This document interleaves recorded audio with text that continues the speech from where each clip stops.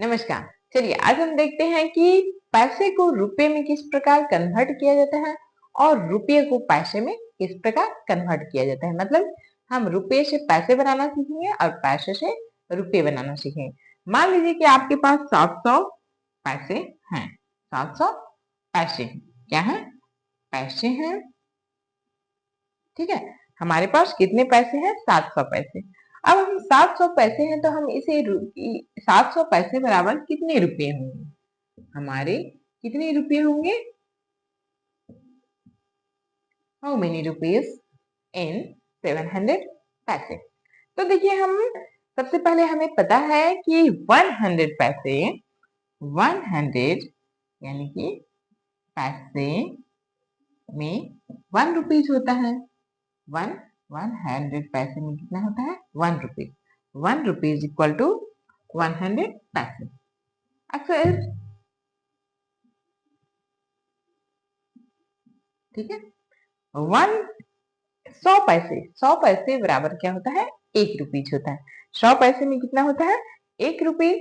या फिर इसे ये रुपये का सिंबल जब भी देते हैं तो पहले देते हैं, या फिर आप क्या कर सकते हैं, रुपये का सिंबल रुपीज बाद में लिख सकते हैं, RUP रुपीज। ठीक है, अब हमारे पास 100 पैसे बराबर हो गया 1 रुपीज। 100 पैसे बराबर 1 रुपीज हो गया। तो हम यहाँ देखेंगे 700 पैसे बराबर क्या होगा? तो 1, यहाँ देखिए जो यहाँ रहता है इसे यहाँ लिख देते हैं और 700 और 1 इसमें डिवाइड करेंगे 100 से।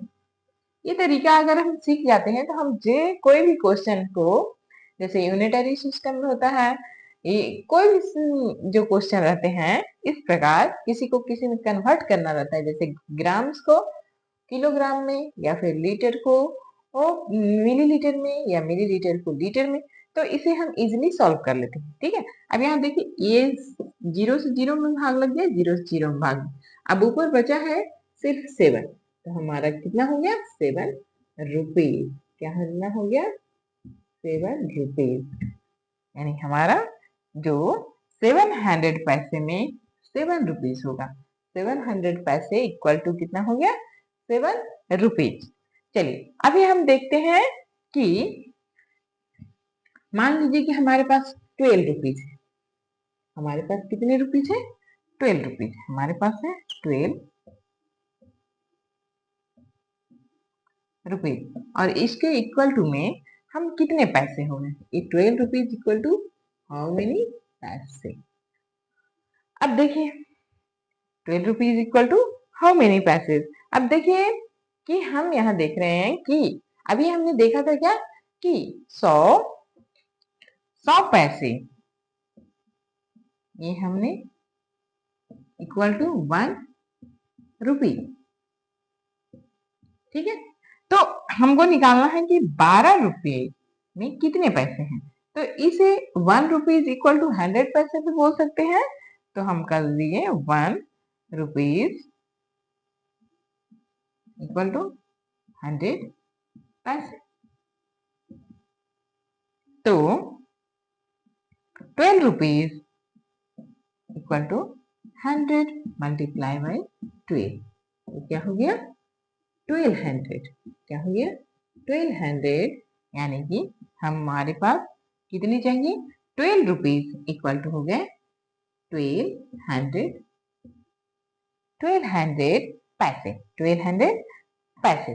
12 रुपीज इक्वल टू 1200 पैसे, यानी कि जो भी जितने भी रुपए रहते हैं वो उतने 100 पैसे होते हैं। अगर 5 रुपीज है तो 500 पैसे होंगे, 6 रुपीज है तो 600 पैसे होंगे, 7 रुपीज है तो 700 पैसे होंगे। ठीक है, अब आप देखिए इसको तो आप चेंज करना सीख गए। अब इसको आप बार बार प्रैक्टिस करिएगा, आपको कोई कंफ्यूजन है तो हमें पूछिएगा। ठीक है, दूसरा देखिए, अगर आपके पास लिखा हुआ है कि 55 पैसे, ठीक है, 55 paise equal to how many rupees? Okay, how many rupees? अब हम पता करेंगे कि 100 पैसे बराबर तो 1 रुपया होता है। कितना होता है? हम फिर से हम वही फॉर्मूला यूज कर रहे हैं, 100 पैसे बराबर 1 रुपीज। 100 पैसे बराबर 1 रुपी। तो 55 पैसे इक्वल टू क्या होगा? 55 में हम क्या करेंगे? 100 से डिवाइड कर देंगे। 55 में हम क्या करेंगे? 100 से डिवाइड करेंगे। अब इसमें तो डिवीजन होगा नहीं, डिवीजन होगा नहीं होगा, तो हम डेसिमल का यूज करेंगे। क्या करेंगे? डेसिमल का यूज करेंगे।